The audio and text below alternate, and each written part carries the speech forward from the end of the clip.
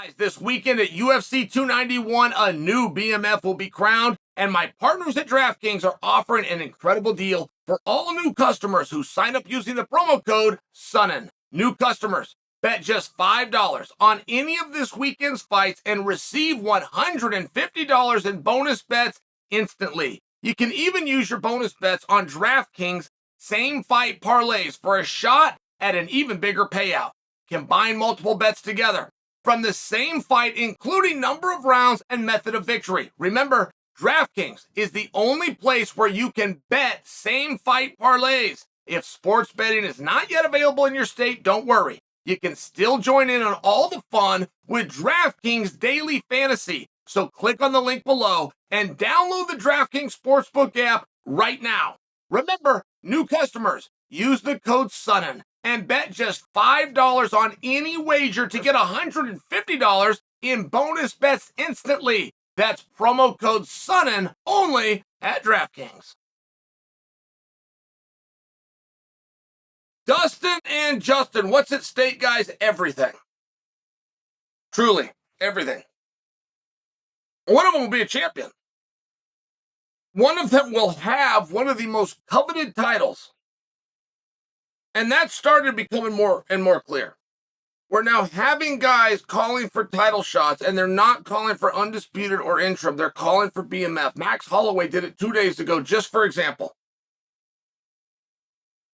The winner of Dustin and Justin will become a champion, which will mark their second championship, which will mark the first time anybody in company history, in the sports history, industry-wide, has been a division champion and a BMF champion. It is a massively big deal. The other side of the coin, whoever does not win at their age will never be discussed for a title again. The winner puts himself in a very good position to go and fight Islam in Abu Dhabi in October, which is currently a spot on the poster reserved for Charles Oliveira, who's not going to do the fight. My source that he's not going to do the fight is Charles Oliveira. Charles has said 3 times he's not going to do the fight. I mean, I'm just bringing that to you in case he does go do the fight. I don't want to be my credibility. Oh, Chael came out and said he's not going to fight. No, I'm quoting, but I'm quoting a really good source. Him. But that's how different this is. The winner of this fight becomes the BMF, which will make history. That will be a record. Records are made to be broken. You guys have heard that. It's also true.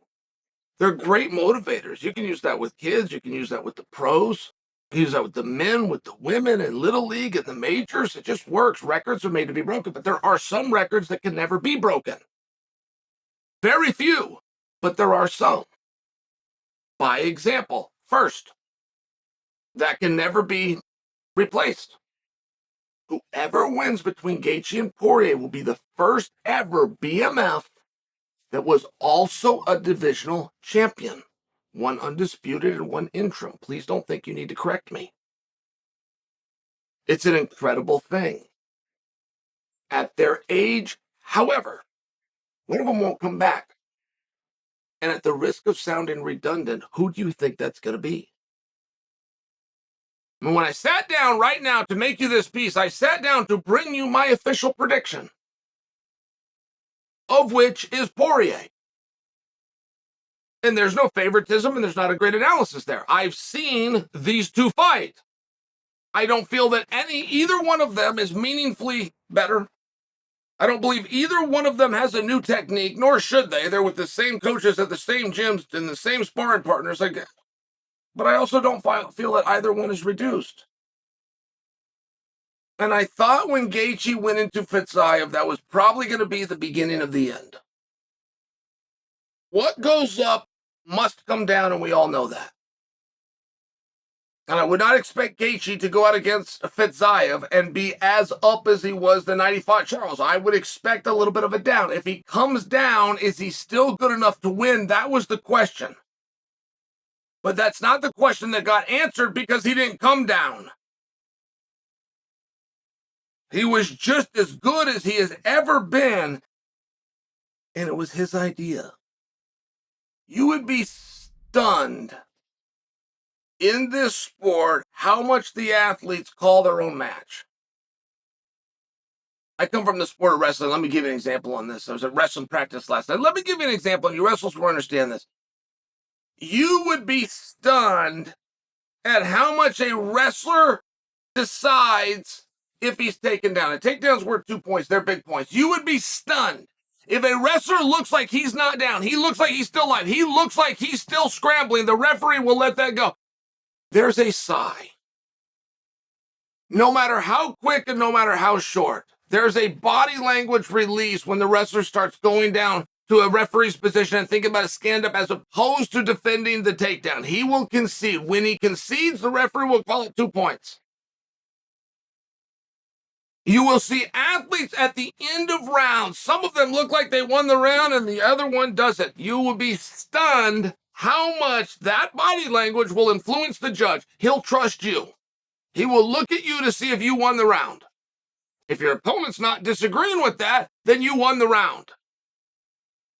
If one guy throws his hands and one guy looks down like this, even if the guy looking down stomped you, the judges will, no disagreement, you think you won? You won. You'd be really surprised how much you get to call your own shots. And I bring that to you because what you see, split screen and this guy's barking and this guy's barking, is called promotion. 99.9% of the time, both guys know who's going to win. Sometimes they get surprised. Sometimes they surprise themselves. It's called fighting outside of your gloves. Just in a colloquialism to mean you fought above your expected capabilities. Happens all the time. It's what dreams are made of, but most of the time. Both guys know. And the great fights are when both guys truly believe the answer to that question is them. You haven't got to see that 10 times in your life. But the truly great fights, that's the difference. Not the punches, not the kicks, not the elevation training, not the paleo diet. It was a mentality going in where they both truly thought the answer to that question was them. And Dustin versus Justin, I would imagine that Poirier has a full confidence considering he's already beaten him. Poirier is not the one that asked for this fight.